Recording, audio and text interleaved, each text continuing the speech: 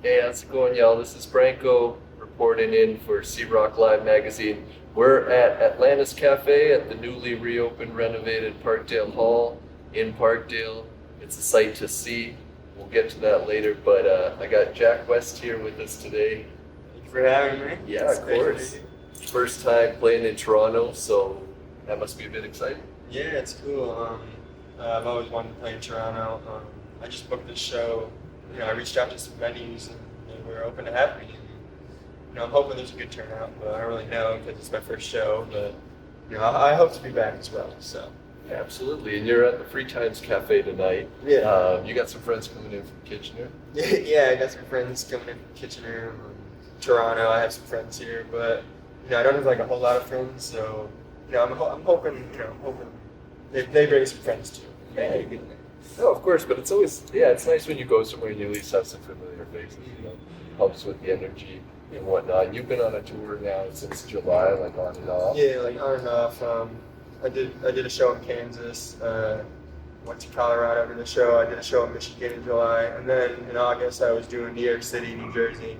And then I went to LA in September and did a show. And just, from there on out, New York City, New Jersey, just scattered places around the Northeast and stuff. So it's been cool. It's been going on for the past 5 months. Okay, and have you found it any different since, pandemic and things like that kind of changing, or is it mostly the same down there? People are like urgent to be out. They want to go see live music. So I think if anything, I've had some pretty good shows and draws. So if anything, I think it's been better.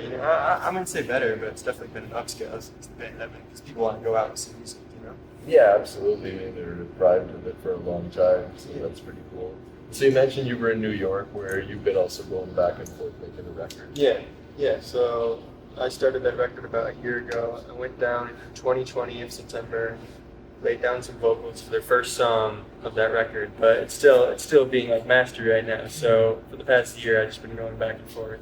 I did record most of the parts in my room, but when I had to go to the vocals or some other guitar parts, I went to New York City, and my band has like an apartment studio kind of thing, and we just worked there, and came up with. Yeah, so that's nice. So it's having a home base. We were talking about earlier how it's always kind of an interesting process when you're working on something for so long. By the time it comes out, you've already kind of had it in your mind or in your pocket for a while. How do you feel sort of the sound that's changed on this record, or has it? From what you've been doing? Yeah, certainly. First record, For the Record, which is, that's the name of it. I recorded that with Barrett Jones, who produced the Foo Fighters and Nirvana. So that was more of an alt-rock, grunge, Seattle kind of vibe. But this record is definitely more indie, rock, pop influence for sure. Keyboards, electronic sounds. But still, I keep the guitar, definitely always going to keep the guitar. Yeah, it's got to be the driving force and it's something that happened. Yeah. So, how did you get in touch for the first record with that producer and kind of make that stuff? Well, I was reaching out to a few producers in Seattle because I was looking for a Seattle-based producer pretty much. Eric Lilovis was the other guy. I know it's between Barrett Jones and Eric, and we just ran with Barrett. I messaged him over Instagram, and 3 weeks later, I was in Seattle recording a record. So it's pretty crazy.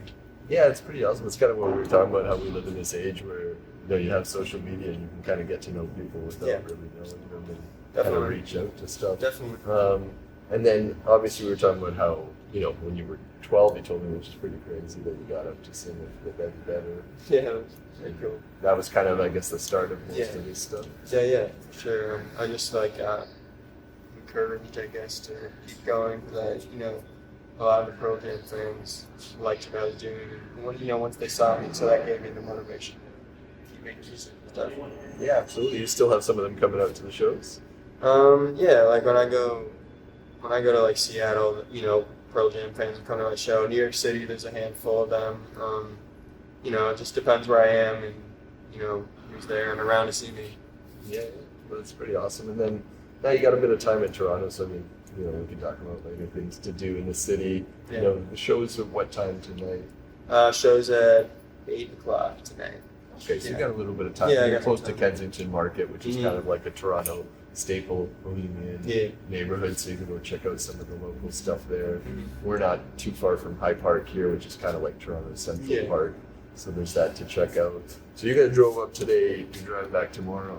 We drove up last night. I just, because we wanted to be here for this, and I don't want to drive at 11 in the morning. But yeah, we came up last night, just spent the night, and we leave tomorrow. Yeah, well, that's part of the road, and it kind of gets a bit tricky with some long drives and whatnot. And yeah. I do appreciate you coming out. I've done it before too, so I know sometimes you wake up and you're like, well, we got to try to be on today. But we try to keep it casual and pretty chill. And then kind of after this, what kind of stuff do you have going on, or do you have plans moving forward? Yeah, well, as soon as next week, I have a show in DC, and then in the spring and summer, I just hope I'm going to drop that album in the spring and really trying to do like a big tour with a few other bands from Rochester, so we're hoping that comes together. And I'd like to get on some big festivals and stuff too. Like in 2019, I did a few big festivals, so that was cool.